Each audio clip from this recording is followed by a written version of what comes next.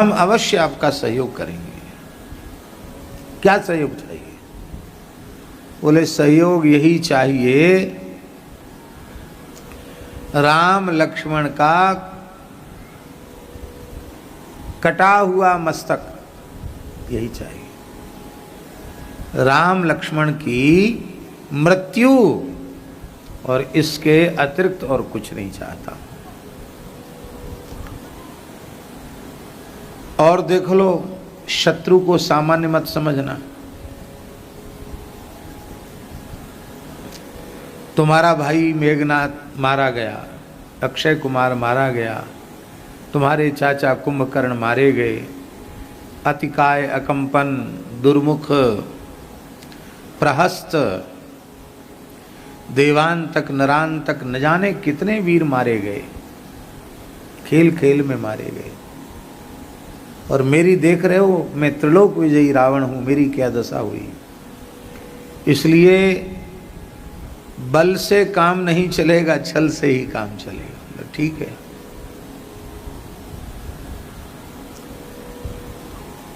तो इसने कहा ठीक है। अब ये दोनों भाई रात्रि के समय पहुंचे सुवेल पर्वत पर, जहां भगवान श्री राम की बानरी सेना के सहित भगवान विराजे थे। वहां एक मर्यादा स्थापित की गई थी कि रात्रि के काल में पूरी सेना की सुरक्षा कैसे होगी, कौन करेगा सुरक्षा। तो सुरक्षा की जिम्मेवारी श्री हनुमान जी को दी गई थी। हनुमान जी राम जी के बिल्कुल निकट नहीं रहते थे, बाहर, और उनकी पूछ वही साक्षात भगवती जगदम्बा पार्वती हैं, तो पूछ ही बड़ी होकर के और पूरी चेहर दीवारी, पूरा परकोटा पूछ ही बना देती थी। और हनुमान जी मुख, एक भी द्वार नहीं रहता था कि यहाँ से कोई घुस सकता हो, पूरा परकोटा बनकर तैयार। और श्री हनुमान जी श्री राम जय जय राम, श्री राम जय जय राम। चौकीदार कहते हैं जागते रहो, जागते रहो। हनुमान जी ऐसे चौकीदार नहीं हैं, वो तो श्री राम जय जय राम, श्री राम जय जय राम, श्री राम जय जय राम, ये उच्चारण करते हुए। अब इस व्यूह के भीतर किसी पक्षी का भी प्रवेश करना बहुत कठिन है। कैसे रात्रि में चोरी की जाएगी। तब अहिरावण और महिरावण ने, एक ने तो सुग्रीव जी का स्वरूप बनाया और एक ने विभीषण जी का स्वरूप बनाया। और ये मर्यादा रखी गई थी कि सूर्यास्त के बाद कोई कहीं जाएगा नहीं।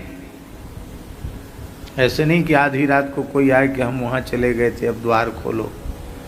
क्योंकि भाई युद्ध जैसी विकट परिस्थिति है, सूर्यास्त होने के बाद न कोई जाएगा और न किसी नए व्यक्ति को आने, जो चला गया वो चला गया।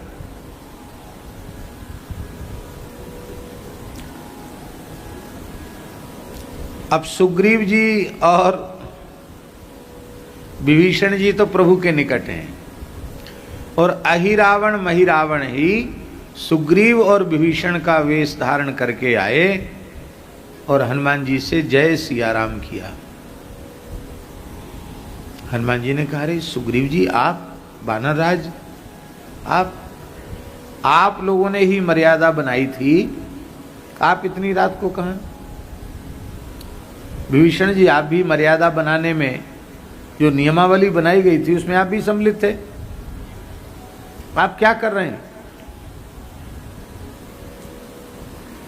तो बोले कुछ आवश्यक मंत्रणा बहुत कोलाहल में संभव नहीं थी, इसलिए उस मंत्रणा के लिए मैं माने सुग्रीव और ये विभीषण जी हम दोनों बैठकर समुद्र के किनारे एकांत में मंत्रणा कर रहे थे।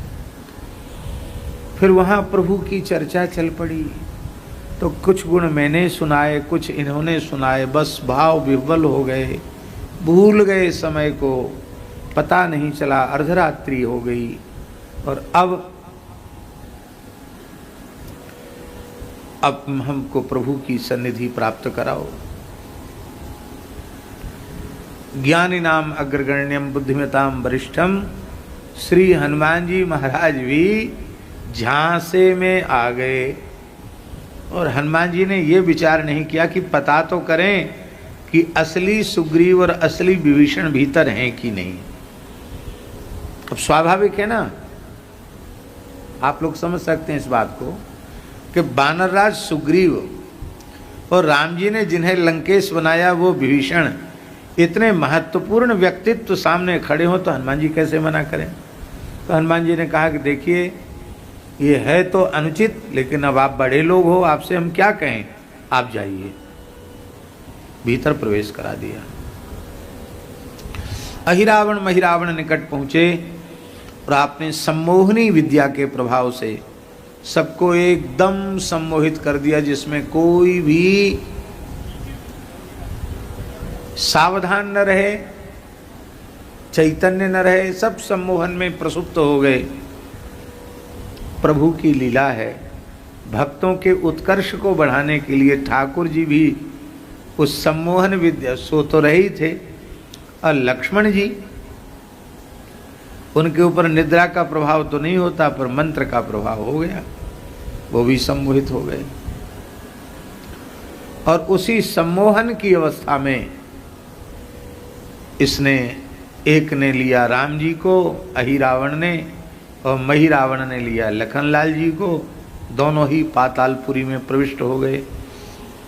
अब लंका जैसी बात तो है नहीं कि दिन चढ़े तक लोग सोते हों, ये तो राम जी के परिकर हैं।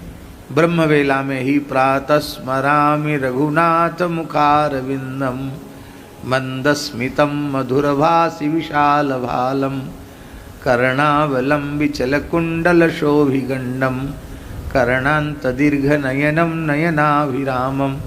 सुबेरे से प्रातः स्मरण कौशल्या सुप्रजा राम, पूर्वा संध्या प्रवर्तते, उत्तिष्ठ नरसार्दूल कर्तव्यम दैवमान्निकम। ये सब शुरू हो गया, कीर्तन शुरू हो गया, नाम जप शुरू हो गया, लेकिन देखें तो मध्य में सरकार गायब। श्री राम जी का भी दर्शन नहीं हो रहा है और श्री लक्ष्मण जी का भी दर्शन नहीं हो रहा है। अब तो हाहाकार मच गया, कहाँ गए कहाँ गए कहाँ गए। हनुमान जी से कहा कि अरे ये हुआ क्या। हनुमान जी ने कहा विभीषण जी और सुग्रीव जी रात को आए थे। विभीषण जी सुग्रीव जी ने कहा हम तो प्रभु के निकट ही थे, हम तो कहीं गए नहीं। इसका मतलब है कि श्री राम लक्ष्मण का अपहरण हो गया। ये कैसे हो गया। हम लोग तब विभीषण जी ने ध्यान किया और बोले प्रभु हम जानते हैं कैसे हुआ।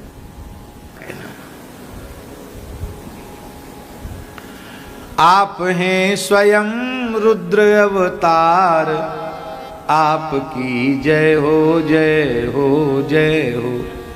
अंजनी पुत्र पवन सुत वीर, आपकी जय हो जय हो जय हो। तो त्रसरेणु के रूप में श्री हनुमान जी महाराज गए और यहाँ तो गुड़हल का फूल नहीं है, चलो ये यही सही, ये गुलाब का फूल है। आप थोड़ी देर के लिए मान लें कि ये गुड़हल का फूल है। और गुड़हल के फूल में त्रिश्रेणु बनकर झरोखे से भीतर गए और गुड़हल के फूल के भीतर बैठ गए। इतने सूक्ष्म रूप में गुड़हल के फूल के भीतर बैठ गए हनुमान जी। और ये तो गुड़हल का रंग कैसा होता है, लाल।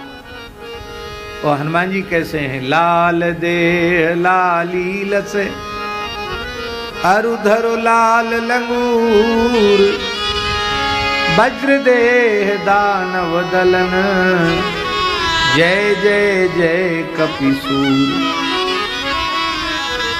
पता ही नहीं चला कि हनुमान जी हैं कौन हैं। और देवी की पूजा आरंभ हुई। अभिषेक हुआ, पूजा हुई। उस पूजा में क्या हुआ राजकिशोर जी, वो जो गुड़हल थाली में गुड़हल का फूल रखा था जिसमें हनुमान जी थे, वो फूल जैसे ही भगवती के मस्तक पर पधराया गया, हनुमान जी ने अपने संकल्प से इतना वजन बढ़ाया, वो पाताली देवी और नीचे पाताल में चलेगी। फिर एक पैर से दबाकर उस देवी को उछर के बाहर ना जाए, भेद न खोल दे, उसको पैर से दबा करके हनुमान जी खड़े हुए। और हैं तो ये देवा, पर देवी का भेष बना करके खड़े हो गए। देवी एकदम जीभ निकाल करके और महाराज तलवार लेकर के, ढाल लेकर के। अब महिरावण तो बड़े प्रसन्न, बोले भाई हम लोग ने कितनी कठोर तपस्या की थी तब देवी ने दर्शन दिया था, आज तो देवी बहुत खुश है। वहाँ के जो राक्षस थे बोले आज तो देवी को खूब ऐसी भोग लगाते थे अब तो खूब जिमाव देवी है, और खूब हलवा पूड़ी मालपुआ तस्मई लड्डू कचौड़ी ये सब बढ़िया हनुमान जी ने खूब पाया। डला के डला भर के लड़ुआ खा गए और बहुत खुश हो रहे थे। अब कहा देखो ये तो आपको भोजन दिया है, अभी बलि देना है। अयोध्या के राजकुमार राम लक्ष्मण सामने उपस्थित हैं, इनका उष्ण उष्ण रक्त पीकर हे भगवती तुम तृप्त हो जाओगी।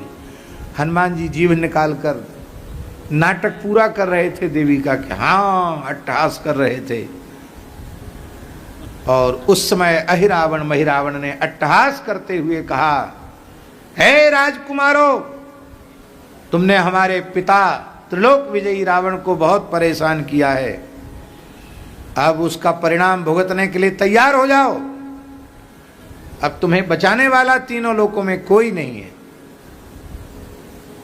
तुम्हारा मस्तक काटकर भगवती को अर्पित किया जाएगा। लक्ष्मण जी की श्वास प्रश्वास तेज हुई, होठ फड़कने लगे। लक्ष्मण जी तत्काल समाप्त कर सकते हैं, उनमें उनको अस्त्र शस्त्र की क्या जरूरत। अच्छा राम जी को भी क्या आवश्यकता, पर लीलाधर की लीला है। लक्ष्मण जी ऐसे हुए, राम जी ने इशारा किया शांत हो।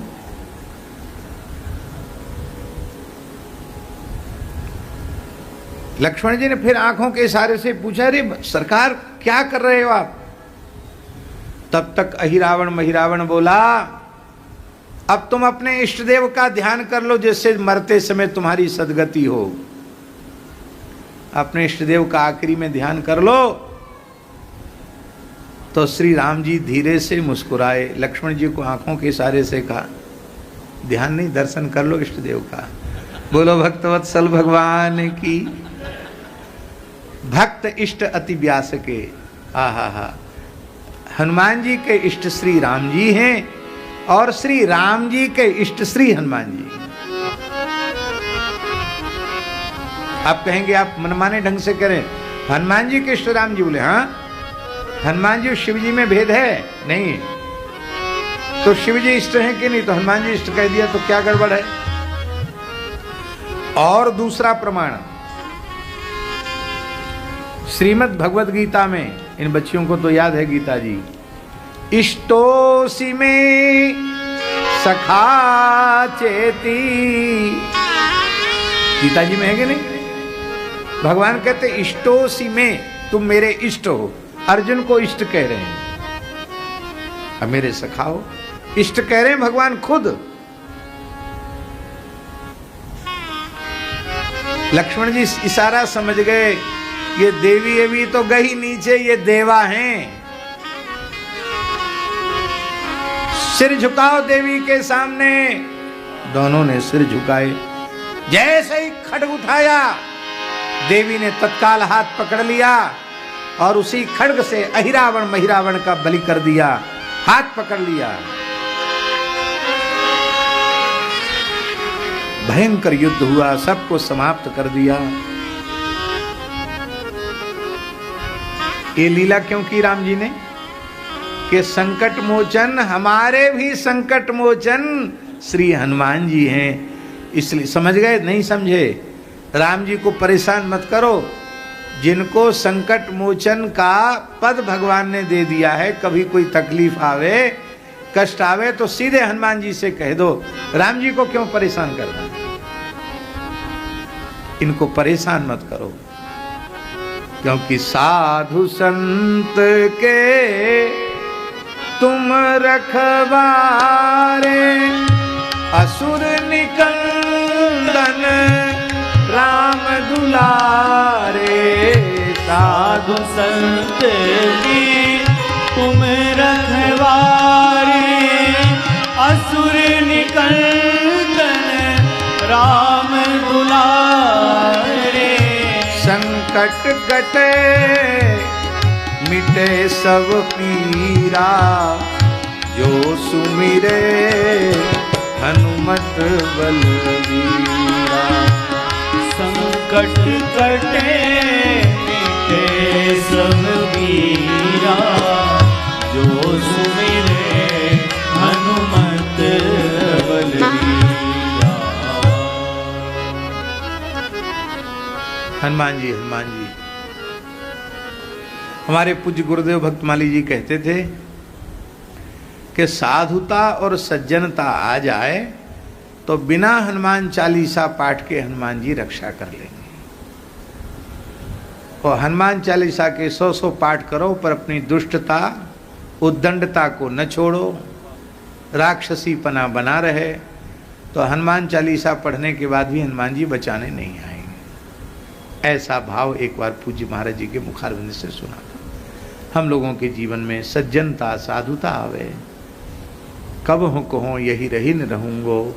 श्री रघुनाथ कृपालु कृपाते संत स्वभाव गहूं। हे प्रभु कृपा करें, संत स्वभाव आ जाए। तो महाराज जी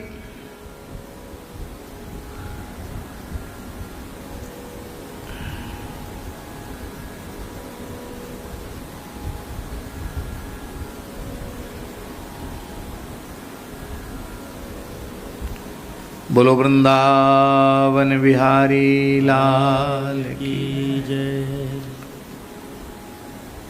ऐसा भी वर्णन मिलता है कि वो अहिरावण महिरावण का मरना भी थोड़ा कठिन था, लेकिन एक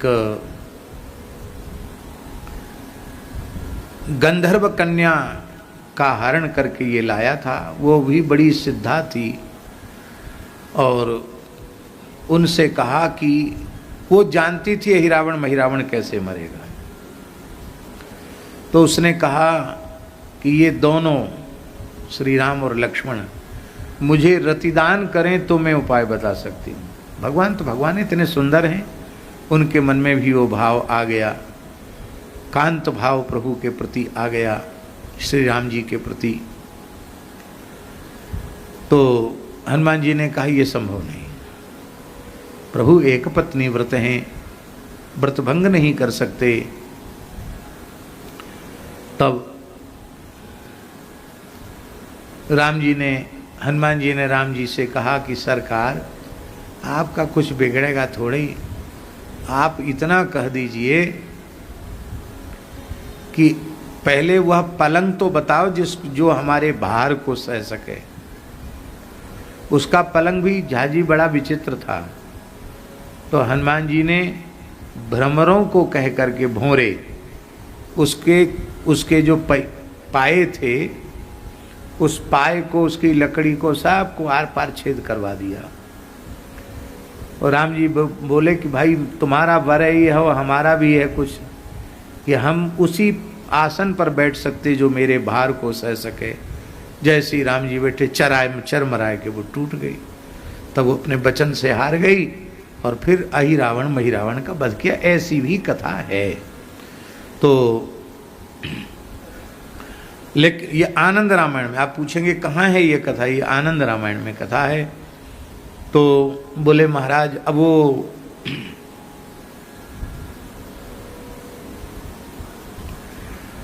गांधर्वी बोली कि मेरा तो आपके प्रति कांत भाव जग गया और आपने उसकी पूर्ति की नहीं, मैं जल रही हूं, आप पूर्ति कीजिए। तब प्रभु ने मुस्कुरा कर कहा, कृष्णावतार में तुम मेरे प्रिय भक्त जाम्बवान की पुत्री जाम्बवती बनोगी हे देवी, और उस समय मैं तुम्हें अपनी पटरानी के रूप में स्वीकार करूंगा। बोलो भक्त वत्सल भगवान की जय। तो उसके इस भाव की पूर्ति कृष्णावतार में हुई। दूसरी एक बात है कि ये जाम्बवती ब्रह्मलक्ष्मी है, ब्रह्मलोक की लक्ष्मी ही, ये अष्टलोकों की लक्ष्मी ही, अष्टलक्ष्मी ही अष्टपट्टरानी है, ऐसा समझना चाहिए। ऐसा भी वर्णन मिलता है। और फिर भगवान ने हनुमान जी ने, राम जी ने कहा कि मैं मकरध्वज को ही यहाँ का राजा बनाना चाहता हूँ। तो उस पातालपुरी का राजा मकरध्वज को श्री रघुनाथ जी ने, लक्ष्मण जी ने तिलक किया, हनुमान जी ने मंत्र पाठ किए और उनको राजा बना दिया।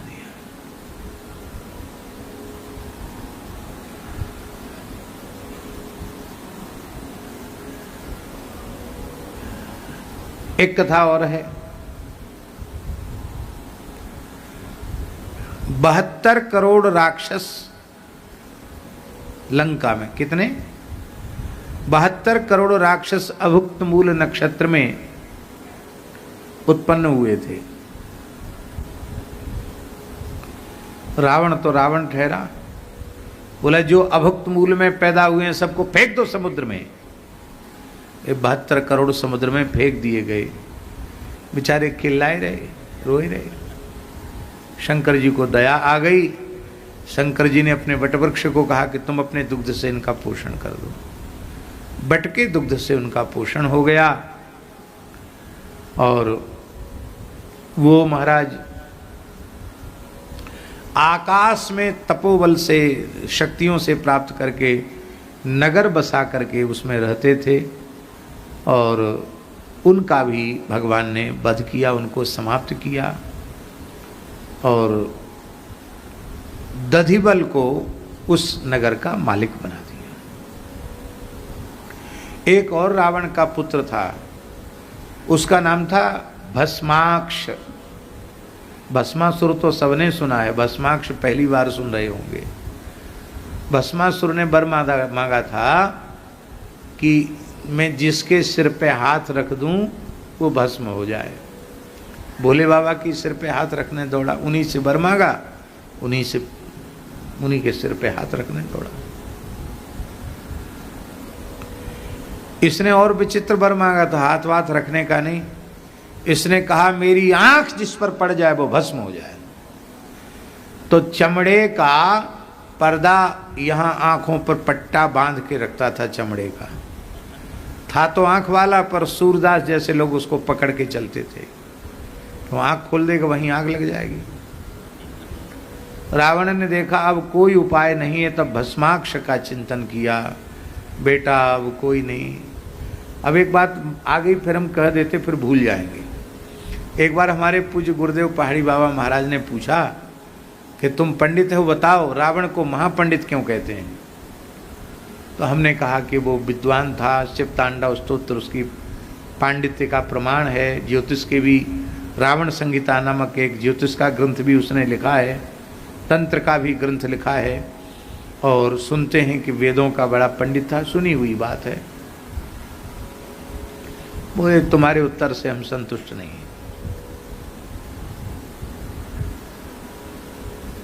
तो महाराज जी गलती हो गई, आप बताएं। तो बोले पंडित किसको कहते हैं?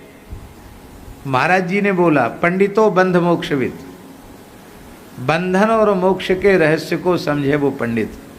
बंधन से मुक्त होकर ऐसा साधन कर ले कि स्वयं मुक्त हो जाए वो पंडित। और जो अपने कुटुंब खानदान के सहित मुक्त हो जाए वो महापंडित।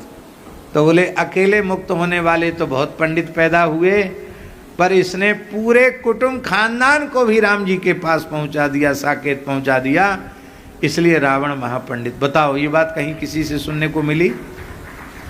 महात्माओं का चिंतन कितना विलक्षण होता है। हम तो कई बार सोचते हैं कि महापुरुषों का चिंतन कैसा होता है। कहते तो हैं कि जहां न जाए रवि वहां पहुंचे कवि, पर हम कहते जहां कवि रवि दोनों न पहुंचे वहां महात्मा पहुंच जाते हैं। बोलो वृंदावन बिहारी की जय। भस्माक्ष आ गया, वो विशाल पहाड़ जैसा काला काला कज्जल का पहाड़ हो। सब बंदर भालू बड़े कौतूहल में किए, चमड़ा बांधे हुए आंख के ऊपर, क्या बात है। विभीषण ने कहा महाराज ये हमारा भतीजा है भस्माक्ष, जिसको देख दे वही भस्म हो जाएगा, इसको कुछ नहीं करना है, बस ऐसा पट्टा उखाड़ कर ऐसे करेगा। तो हनुमान जी से कहा तुमने तो लंका में आग लगाई, इतना सब हुआ, इसको कुछ नहीं करना पड़ेगा, सब जल के खाक। लगाओ जुक्ति कैसे? बोले बंदर भालुओं को भेज दो इसके सामने और सबकी पूंछ में एक एक दर्पण बांध दो। जैसे ही ससुरा पट्टा खोले तो पीछे की तरफ मुड़ के ऐसे पूंछ दिखा देना, तो वो हजारों दर्पण ही उसको दिखाई पड़ेंगे। तो अपना मुंह देख के जिस पे दृष्टि पड़ी, अपने पर ही उसकी दृष्टि पड़ी और वो भस्म हो गया खुद ही। समझ में आ गई बात? नहीं है। पूंछ में शीशा बांध दिया, अब ऐसे घुमा के पीठ खड़ा हो गया, एक सब बंदर खड़े हो गए और ऐसे दर्पण, वो उसके सामने कोई है नहीं दर्पणों के अलावा, उसे पता नहीं था। उसने जैसे ही पट्टा खोला अपना ही स्वरूप देखा और भस्म हो गया। बोलो असुर निकंदन भगवान की। इसी को कहते हैं बुद्धिर यस्य बलम तस्य, जिसको बुद्धि है उसी को बल है। खाली बल से काम नहीं चलता है, बुद्धि भी होनी चाहिए।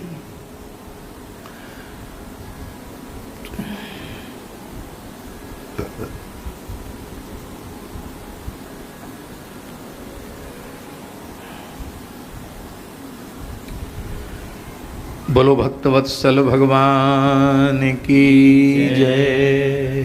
जय जय श्री सीताराम। ऐसा भी वर्णन मिलता है कि मेघनाद की मृत्यु के बाद मंदोदरी बहुत अधिक व्यथित हुई, क्योंकि मेघनाद मेघनाद है। देखा जाए तो मेघनाद पराक्रम में रावण से भी आगे है। इस बात का वर्णन वाल्मीकि रामायण के उत्तरकांड में, जहां श्री अगस्त्य जी महाराज कह रहे हैं कि सबसे आश्चर्य की बात है कि लक्ष्मण जी ने रावणी माने रावण के पुत्र मेघनाद का वध कर दिया। ये बहुत ऊंची बात। तब श्री राम जी ने पूछा कि आप सबको नेग्लेक्ट कर रहे हो, खाली मेघनाद को इतना महत्व क्यों दे रहे हो? तब उन्होंने मेघनाद का वर्णन किया। मेघनाद सामान्य व्यक्ति नहीं। तो मेघनाद मर गया, इस बात का कष्ट मंदोदरी को बहुत अधिक हुआ, और वह पतिव्रता सती नारी तो थी ही। आज उसे लगा कि मैं जाकर शाप दे दूं, सीता को शाप दे दूं, श्री राम लक्ष्मण को शाप दे दूं, वानरों को शाप दे दूं।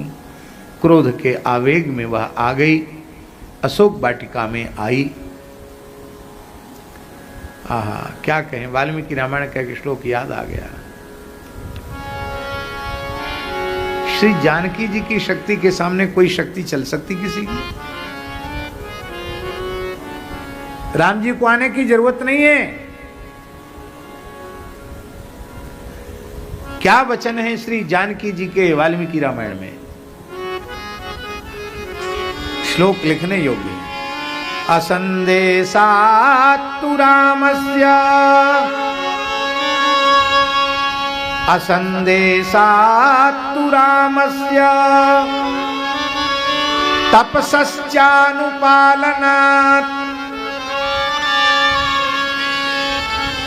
असंदेशात्तु रामस्य तपसश्चानुपालनात्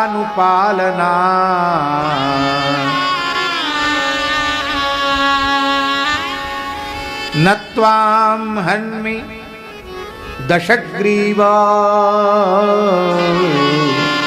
भस्म भस्मार्ह तेजसा। राम जी ने इशारा नहीं किया, अब मैं तप कर रही हूं। तपस्वी को क्रोध नहीं करना चाहिए, नहीं तो मुझे कुछ करने की जरूरत नहीं है, तेरे सहित तेरी पूरी लंका को मैं जलाकर खाक कर दूंगी। भस्म भस्मार्ह तेजसा। पर धन्य है श्री रघुनाथ जी की प्राण वल्लभा है ना, उन्होंने कहा माता आप क्रोध का त्याग कर दें।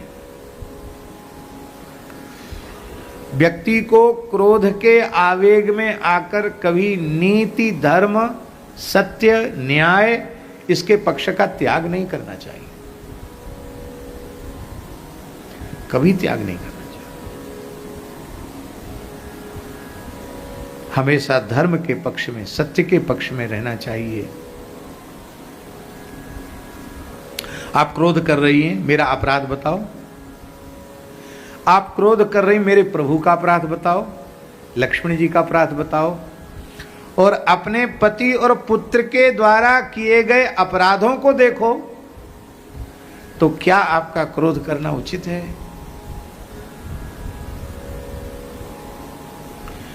इसलिए हे महासती शिरोमणे मंदोदरी, आपको यदि क्रोध करना है तो मेरे आर्यपुत्र पर क्रोध न करना, उन्हें शाप न देना, मेरे देवर लक्ष्मण जी को शाप न देना, वानर राज सुग्रीव को शाप न देना। मैं ही संपूर्ण अपराध की जड़ हूँ, तुम मुझे भस्म कर दो, सब लड़ाई बंद हो जाएगी। इतना सुनते ही मंदोदरी रोने लगी और मंदोदरी ने अपना मस्तक पृथ्वी पर रख दिया। हे महासती भगवती, आज तुमने हमको महापाप से बचा लिया। मंदोदरी का हृदय शीतल हो गया, पश्चाताप से भर गया, और मंदोदरी ने कहा हे परम करुणामयी स्वभाव की श्री किशोरी जी, हे जानकी जी, एक मेघनाथ नहीं, आपके इस करुणामय स्वभाव पर, आपके इस अपूर्व शील गुण पर कोटि कोटि पुत्र मेघनाद न्यौछावर हैं।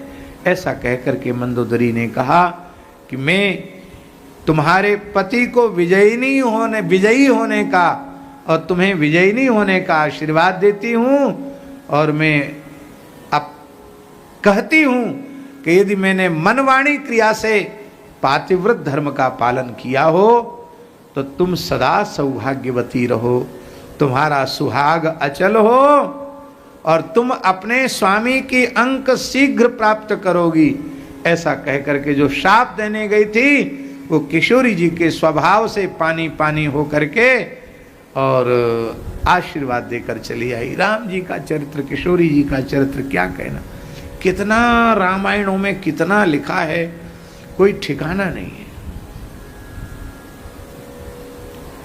बोलो भक्तवत्सल भगवान की जय।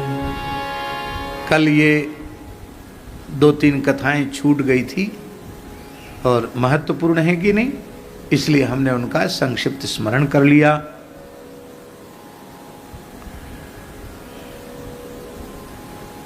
अब रावण वध के बाद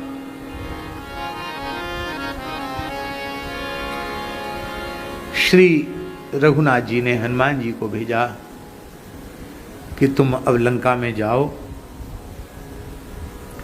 हाँ, रावण का संस्कार हो गया।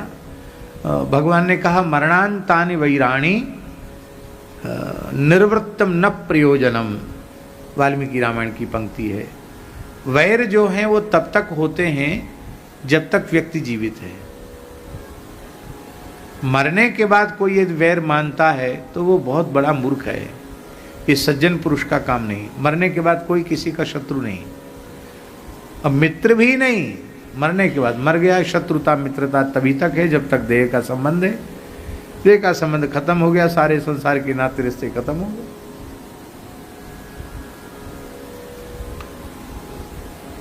बहुत से लोग ऐसे होते हैं जो बैर को मरने के बाद भी नहीं छोड़ते हैं, और मरते मरते भी कहे जाते हैं अपने बच्चों से। उनके भीतर भी बैर के संस्कार, शत्रुता के संस्कार बो करके जाते हैं। देखो उससे हमारी दुश्मनी है, मैं तो मर रहा हूँ, पर ये दुश्मनी कम से कम 7 पीढ़ी तक चलनी चाहिए।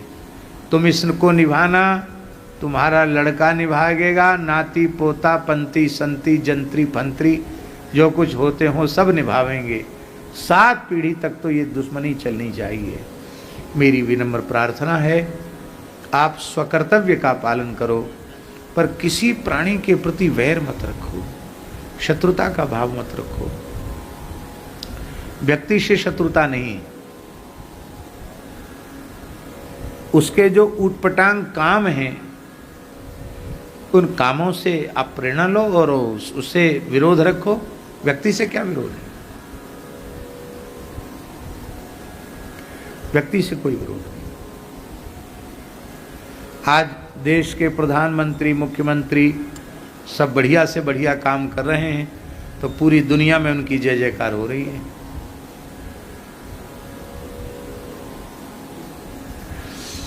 और जो लोग हल्ला गुल्ला तो बहुत मचाते हैं, लेकिन उनको विरोध का परिणाम गाली ही खानी पड़ती है, नीचा देखना पड़ता है, कुछ बोल भी नहीं पाते हैं, विषय को रख ही नहीं पाते हैं।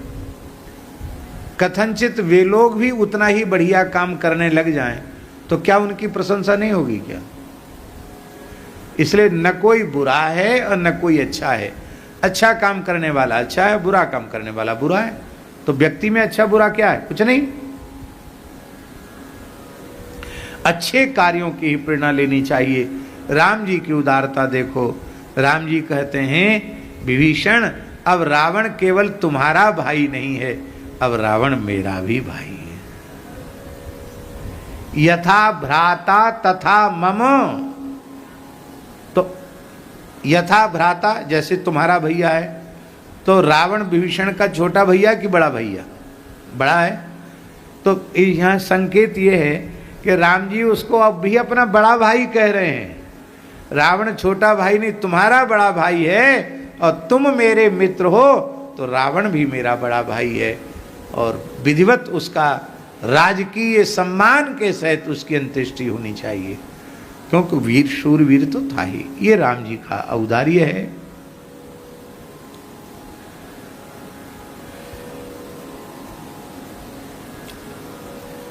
तो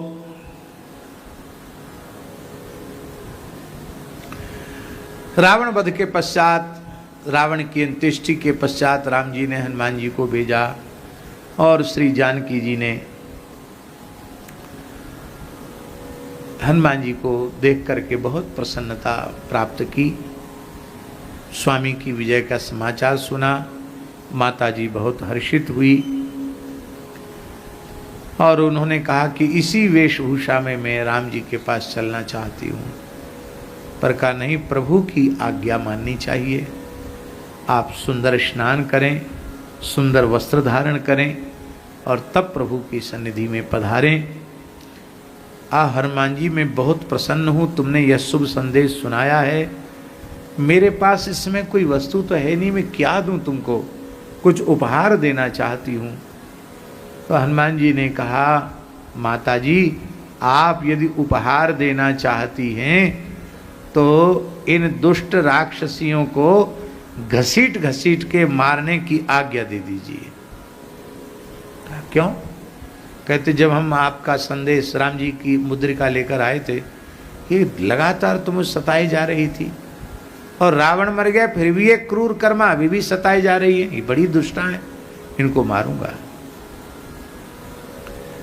तब श्री किशोरी जी ने कहा, पापा नाम बा शुभा नाम बा बधारहाणाम प्लवंगम कार्यम कारुण्यमार्येण न कश्चिन्नापराध्यति।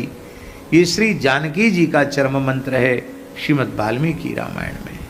राम जी का चरम मंत्र कौन है जानते हैं? सकृत एव प्रपन्नाय तवास्मीति च याचते अभयम सर्वभूतेभ्यो ददाम्येतद् व्रतम् मम। सकृत एव, एक बार आकर के कोई हमसे प्रार्थना करता है तब अस्मि, मैं तुम्हारा हूं, इति च याचते, तो अभयम सर्व। इतना बड़ा बंदर कहाँ चला गया? कलंदर था पूरा, कहाँ गया? बोले उसको पकड़ के कुंभकर्ण खा गया और वो पच गया कुंभकर्ण को, इसलिए बेचारा बाहर आ ही नहीं, उसकी हड्डी पसली कुछ भी बाहर नहीं आया। वो तो गया, कहाँ गया? बोले परलोक चला गया। तब श्री रघुनाथ जी ने कहा कि हनुमान जी जाओ उसको भी पकड़ के लाओ। बोलो भक्तवत्सल भगवान की। यमराज के यहाँ से पकड़ के उसको भी ले आए। इस तरह से एक भी नहीं, राम जी की सेना में एक भी ऐसा नहीं हुआ जिसको खरोंच का चिन्ह भी रह गया हो। सबके सब स्वस्थ और प्रसन्न हो गए। ये राम जी की करुणा है। बोलो भक्तवत्सल भगवान की जय। और सब बंदर भालुओं को रत्न राशि दी गई, लेकिन वस्तुतः श्री राम रत्न जिनके सामने हो उनका रत्नों के प्रति आकर्षण क्या होगा। और विभीषण जी का बहुत दिव्य प्रेम सबने देखा। विभीषण जी ने कहा भगवान आपकी वनवास की अवधि तो पूरी ही होने वाली है, आप अब पधारें लंका, आपकी चरण रस से लंका पवित्र होनी चाहिए। इतना सुनते ही राम जी रोने लग गए।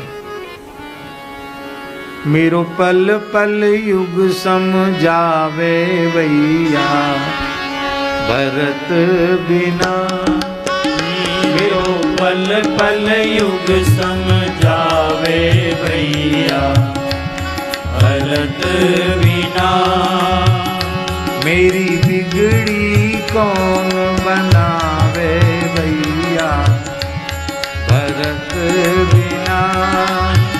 मेरी बिगड़ी कौन बनावे भैया भरत बिना। दिन तक तुम 14 वर्ष तक तुमने निद्रा का सर्वथा त्याग किया, अब जाकर सुखपूर्वक शयन करो। और हमने तुमको बहुत कष्ट दिया, हमेशा बड़े भाई का रुआब गांठते रहे, तुम्हारे ऊपर चलाते रहे, और सब कुछ तुमने श्रद्धा पूर्वक स्वीकार किया। कोई बात नहीं, अब अगली जो लीला होगी कृष्णावतार में, तो अब तुम्हें अनुज बनाकर नहीं, अब मैं तुम्हें अग्रज बनाकर ले चलूंगा। और लक्ष्मण जी की सेवा से प्रसन्न होकर वो महाराज जी दाऊ दादा के चरण दबाते हैं श्री कृष्ण। ये यथा माम प्रपद्यन्ते तांस तथैव भजाम्य हम। प्रभु ने कहा कि बड़ा भाई बनाकर तुमने हमारी सेवा, हम भी खूब लाड़ प्यार से सेवा करेंगे तुम्हारी। बोलो भक्तवत्सल भगवान की जय। श्री राम जी का आचरण ऋषियों के जैसे था। वे कहने के राजा थे, वस्तुतः वे महान ऋषि ही थे। राम जी ऋषि ही हैं। राम जी 7 द्वीप 9 खंड की संपूर्ण पृथ्वी पर श्री राम राज्य था। हम राज्याभिषेक में सबको सब कुछ मिला ना, हम लोग भी यही मांगते हैं श्री राम राजा सरकार से कि हे प्रभु, पहला तो बधाई में, राम राज्याभिषेक की बधाई में हम लोगों को यह दीजिए कि संपूर्ण पृथ्वी पर वेद लक्षणा भारतीय देसी गोवंश का आदर हो, एक भी गाय की रक्त की बूंद पूरे धरती के किसी कोने में न गिरे। और दूसरा वर मांगते हैं कि केवल भारत में राम राज्य नहीं, सारी धरती पर राम राज्य स्थापित हो, भारतीय सनातन संस्कृति का ध्वज पूरे विश्व में फहरा जाए। और इस प्रकार की भूमिका भगवत कृपा से बन रही है कि जरूर ऐसा ही होगा और होना चाहिए। बोलो भक्तवत्सल भगवान की जय। तो राम जी के दरबार में क्या क्या होता था उनके राज्य में, ये कथा आप लोग मूल सुख रामायण के सुनने के समय सुन चुके हैं कि वन पर्वत ये भी मनुष्यों से संवाद करते थे राम जी के राज्य में। और सर्वे काम दुघा आसन, सब कुछ कामनाओं की पूर्ति करने वाले पर्वत, नदियाँ, समुद्र, जो चाहो सब में काम पूर्णत्व आ गया था। सब कामधेनु के समान हो गए थे। न किसी को आधि थी, न किसी को व्याधि थी। मृत्युश्चा निश्चिताम नासीत, बिना इच्छा के कोई मरता नहीं था। ऐसी अद्भुत श्री राम राज्य की परिकल्पना, राम राज्य के जैसा राम राज्य ही था, थे ऐसा राम जी का राज्य था। एक राम भक्त राजा था, एक राम जी का भक्त राजा था। उसकी जब न्यायशाला खुलती थी, दरबार खुलता था, जहाँ बैठकर वो न्याय करता था राजा, वहाँ कचहरी खुलते ही 3 कबूतर आकर के, आओ स्वामी सुमेधानंद जी आओ पधारो,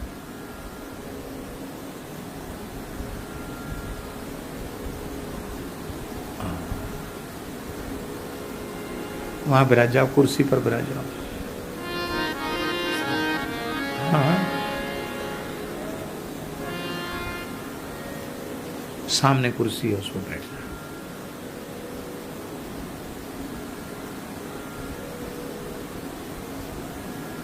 हाँ ऊपर बैठ जाए, कोई बात नहीं, बैठ बैठ।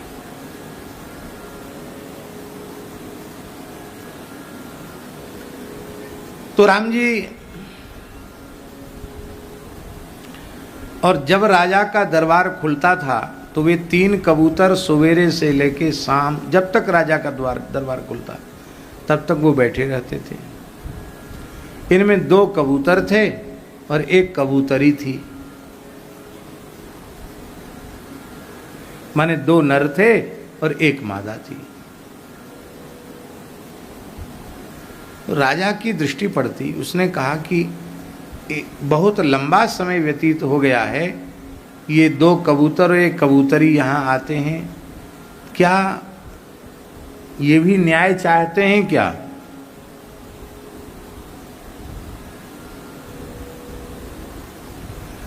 इसका क्या कारण है?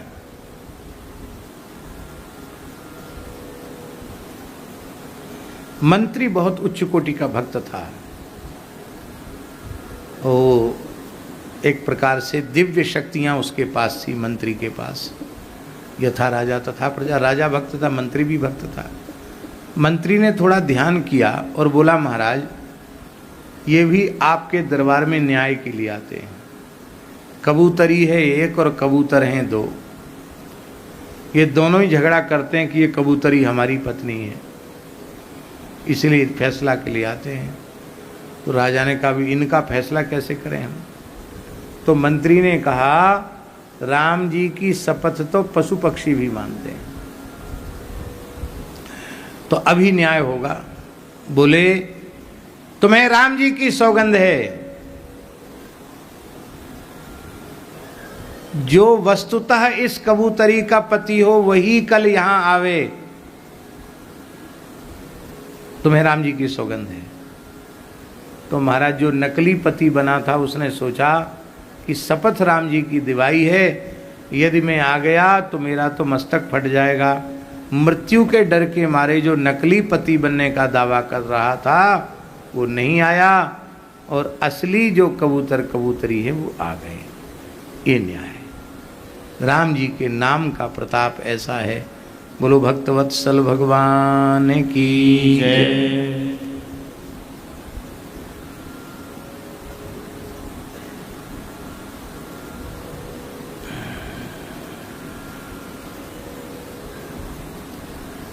भगवान श्री राम के राज्य के जैसा भी श्री राम जी का ही राज्य है। राम राज्य तो राम राज्य के जैसा ही है।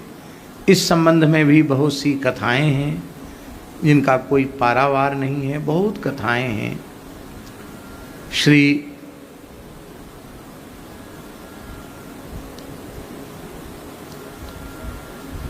निमि वंश के जो श्री लक्ष्मी निधि जी हैं, दिष्ट वंश के जो सुमति जी हैं, और उनके पुत्र जन्मेजय पुरुवंश के जो हैं, सुमित्रा के पिता बृहत क्षत्र सुमित्र, और यदुवंश के दशरथ, यदुवंश में भी दशरथ नाम के एक राजा हुए, और अनुवंश के, ये सब के सब राम जी के राज्याभिषेक में आए थे।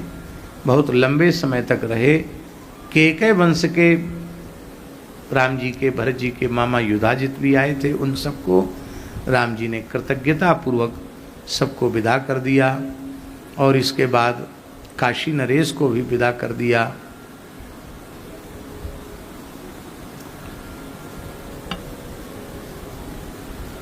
भगवान श्री राम अपने श्याल माने श्री लक्ष्मी निधि जी, श्री लक्ष्मी निधि जी के प्रस्ताव को स्वीकार करके, जनक जी के आग्रह को स्वीकार करके कि प्रभो, जैसे 14 वर्ष तक अयोध्यावासी आपके विरह में व्यथित थे, इसी प्रकार से मिथिलावासी भी आपके विरह में अत्यंत व्यथित हैं।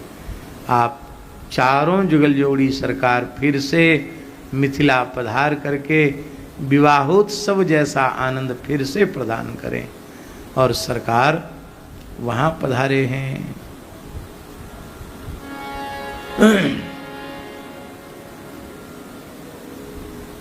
इसमें भी एक कथा महाराज जी ने हमारे भक्तमाल में लिखी है कि बंदर भी सब कहने लगे कि हमने ननिहाल नहीं देखी, हम भी चलेंगे। राम जी बोले वहाँ बात बात पर तो गारी पड़ती है, और तुम लोग कुछ ना कुछ चंचलता दिखाओगे तो और ज़्यादा गालियाँ खानी पड़ेगी। तुम लोग यहीं रहो, तुम लोग, हम लौट के आ जाएंगे, यहीं रहो तुम सब। बंदरों को मना कर दिया। बानर बेचारे बड़े उदास बैठे थे। जामवंती ने पूछा, कहो बानरों, तुम सब उदास क्यों हो? कहा, आप ही बड़े बूढ़े नेताजी हैं, आप ही हमारा समाधान कर सकते हैं। सरकार ने तो मना कर दिया कि तुम मिथिला नहीं चल सकते, जनकपुर नहीं जा सकते, आपकी कृपा हो जाए तो। हाँ प्रभु, मेरे प्रस्ताव को कभी ठुकराते नहीं हैं, निश्चिंत हो जाओ, क्योंकि मुझे भी तो चलने की इच्छा है। जामवंत जी पधारे। राम जी विराजे अपने महल में। जामवंत जी को आता देखकर राम जी अपने आसन से उठ के खड़े हो गए। कितना शील है राम जी का। वयोवृद्ध श्री जामवंत जी का पिता के जैसा आदर किया। कहिए ऋक्षराज, आप कैसे पधारे? प्रभो, मैं कुछ विनम्रता पूर्वक कहने आया हूँ, आप तो आज्ञा करें, आप बड़े हैं। बोले, आपने बानरों को मना क्यों कर दिया? हम भी चलेंगे, सब बंदर भी चलेंगे, सबकी ननिहाल देखने की इच्छा है। सरकार ने कहा, नहीं, कोई संकोच मनाई की बात नहीं है, बस हमने तो ये बात बताई कि आप सब बानर हो और वहाँ कुछ ना कुछ चंचलता दिखाओगे तो और ज़्यादा गालियाँ पड़ेगी। तो जामवंती जी ने कहा, इसकी जिम्मेवारी हमारी, हम पहले से पूर्वाभ्यास कराएंगे, रिहर्सल कराएंगे कि कैसे वहाँ रहना है सबको। तो थोड़ी देर बैठक लेते थे जामवंती जी, सबको सिखाते थे, ऐसे एक लाइन में चलना है, आराम से बैठना है, धक्का मुक्की नहीं करनी है, उछल कूद नहीं करनी है, खींचतान नहीं करनी है। ये तो सब करते बंदर।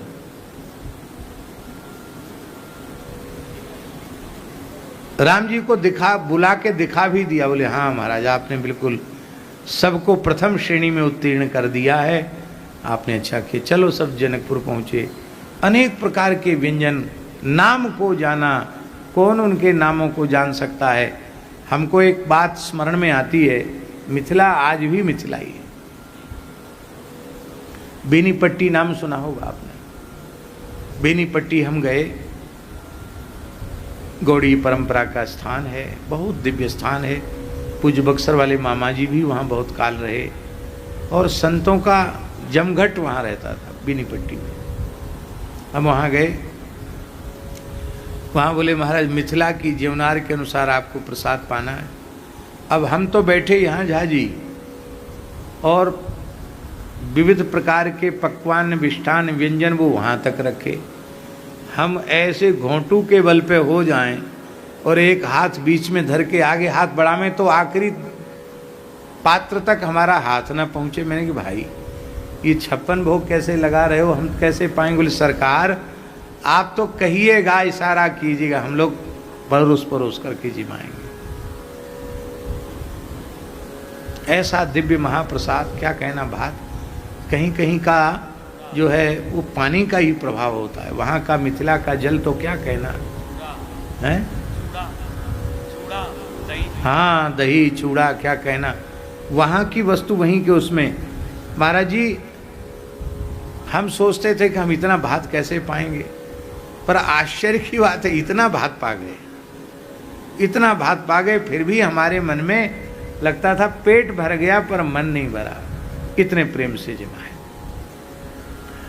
तो ये तो अभी की बात है, मुश्किल से 25-30 साल पुरानी बात होगी। और ये जो हम सुना रहे ये तो लाखों साल पुरानी है, साक्षात लीला हो रही है। तो सबको इतने व्यंजन परोसे गए और सब प्रेम से पा रहे थे। तब तक कटहल का साग, उसको देखा जामवंत जी ने, उसमें बीज तो होते ही है कटहल में, एक बीज को ऐसे दबाया तो छिलका तो हाथ में रह गया, बीज उछल गया ऊपर।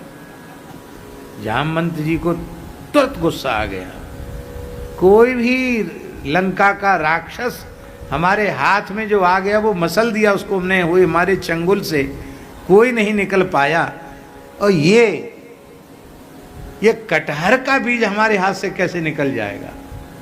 तो वो ऊपर उछल गया था, उसको ऐसे करके लपक कर उछले जैसे ही विभीषण श्री जामवंत जी महाराज, तो उन्होंने सबको समझा दिया था कि देखो तुमको कोई विधि आदि याद न रहे तो कोई चिंता मत करना, हमारी तरफ देखते रहना, हम जैसे करें वैसे करना। तो बंदरों ने कहा इतने नियम कानून बता दिए कि सब याद तो रहेंगे नहीं। जैसे जामवंत जी को उछलते देखा सब उछल कूद करने लग गए। बोलो भक्तवत्सल भगवान की जय। इस प्रकार से सरकार के आनंद को इन्होंने बढ़ाया। बोलो भक्तवत्सल भगवान की जय। तो विभीषण जी को भगवान ने लंका भेजा, लेकिन विभीषण जी की जो पत्नी है शर्मा देवी, उन्होंने लंका जाने से मना कर दिया। उन्होंने कहा मैं श्री किशोरी जी की सखी हूँ और इनकी ही श्रीअंग की सेवा में रहना चाहती हूँ। तब धन्य है विभीषण को। विभीषण ने कहा देवी मेरे मन में तो उर्कच प्रथम वासना रही और हमको लंकेश बना दिया प्रभु ने, लेकिन तुम्हारा मन में कोई वासना नहीं सेवा को छोड़कर, इसलिए तुम प्रसन्न होकर सेवा करो। राम जी ने विभीषण की पत्नी शर्मा देवी को अयोध्या की दुर्गरक्षिका देवी बनाया है। पुराणों में लिखा है अयोध्या महात्म्य, अयोध्या की जो दुर्गरक्षिका देवी हैं वो हैं शर्मा देवी, विभीषण की पत्नी। त्रिजटा को भी अपनी सखी बनाया भगवान श्री जानकी जी ने। और विभीषण के पुत्र मत्तगयंद जी, जिनको आजकल अयोध्या में मातगैण बाबा कहते हैं, ये मातगैण बाबा ये अयोध्या के कोतवाल साहब हैं। जैसे काशी के कोतवाल श्री काल भैरव जी हैं, ऐसे ही अयोध्या जी के कोतवाल श्री मत्तगयंद बाबा हैं। उनकी कृपा के बिना अयोध्या निवास नहीं मिलता। तो मत्तगयंद जी बोले हम भी नहीं जाएंगे। तब विभीषण जी ने अपने पुत्र को भी अयोध्यावास की आज्ञा दे दी। ऐसा अद्भुत चरित्र है। भगवान ने मत्तगयंद जी को अयोध्या का कोतवाल नियुक्त किया। आज भी अयोध्या के कोतवाल पद पर वो विराजमान है। बोलो मत्तगयंद बाबा की जय। जय जय श्री राधे। इस प्रकार से और आगे चलकर भगवान ने अपने रंगनाथ स्वरूप को भी विभीषण जी को ही दे दिया, जो आज भी दक्षिण भारत में कावेरी के तट पर विराजमान है।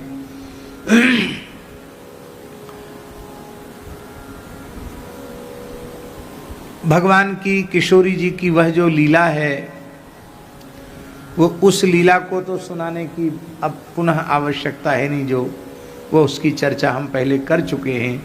श्री वाल्मीकि महर्षि के आश्रम में निवास की लीला, उसको हम प्रणाम करते हैं। तू घर छोड़ के चली गई, कुलटा है, दुष्टा है, असती है, पता नहीं किसके घर में रही होगी, और अब मैं तुझे अपने पास नहीं रख सकता। कैसे? बेले जैसे स्त्री के लोभी राम जी ने 1 वर्ष रावण के यहाँ रही हुई सीता जी को अपने पास फिर से रख लिया। ये दूत ने नहीं सुना है, शुक रामायण के अनुसार राम जी ने स्वयं सुना। इसके बारे में कल हम विस्तृत चर्चा कर चुके हैं, इसलिए और अब उसकी पुनः चर्चा नहीं करनी है कि इस लीला में क्या रहस्य है, इसकी हमने कल चर्चा की थी। प्रेम की सर्वोच्च दशा प्रकट हो रही है, और प्रकट लीला में राजधर्म का पालन कितना कठोर है। सच्चा राजा वही है जो बहुमत अल्पमत नहीं, यदि उसकी प्रजा का एक व्यक्ति भी कुछ अट्टपट्ट बोल रहा है तो उसका पूर्ण समाधान करना ये राजा का कर्तव्य है। दूसरा कोई होता तो कोई न कोई जांच भेज करके उसको बंधवा करके या तो भीतर करा देता या उठा पटक करता, खाल खिंचवा देता। पर श्री राम जी दुखी हो गए कि अभी तो कुछ नहीं, ऐसी बातें और आगे बढ़ेगी तो श्री जानकी जी का जो पवित्रतम दिव्यतम चरित्र है वो धूमिल नहीं होना चाहिए। क्योंकि तीय चढ़ी हई पतिव्रत असी धारा, श्री जानकी जी का स्वरूप हुआ है जिनका स्मरण करके भारतीय नारियां पातिव्रत धर्म पालन रूपी खड्ग की धारा पर चलेंगी, तलवार की धारा पर चलेंगी। ऐसी श्री किशोरी जी हैं तो उनका स्वरूप तो जगत में प्रकाशित होना ही चाहिए। तो राम जी को कोई संदेह नहीं है, अग्नि और ब्रह्मादि देवता स्वयं सीता जी को परम विशुद्धा हैं, ऐसा प्रमाणित कर चुके हैं। राम जी को कोई संदेह नहीं है, पर प्रजा में इस प्रकार की चर्चा न चले, लोग जानकी जी के स्वरूप को समझें। और बिल्कुल सही बात है, ये लीला न होती तो भारतीय नारी का सर्वोच्च आदर्श क्या है ये पूरे विश्व के इतिहास में छिपा ही रह जाता है।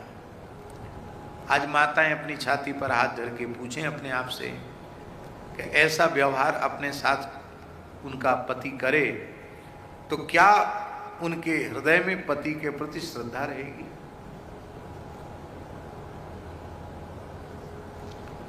आज तो नेक सी बात पर अभी ब्याह हुए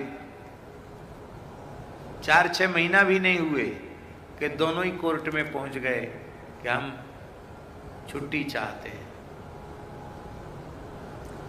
ऐसी ऐसी विचित्र घटनाएं घट रही हैं कि सुन करके लज्जा से सिर झुक जाता है। श्री राम जी के प्रति अनुराग में अणुमात्र भी कमी नहीं आई। और विलक्षण बात है बाबा, श्री राम जी के हृदय में किशोरी जी के प्रति प्रेम में रंचमात्र न्यूनता नहीं आई। अच्छा चलो, हम लोग ब्रज में बैठे हैं,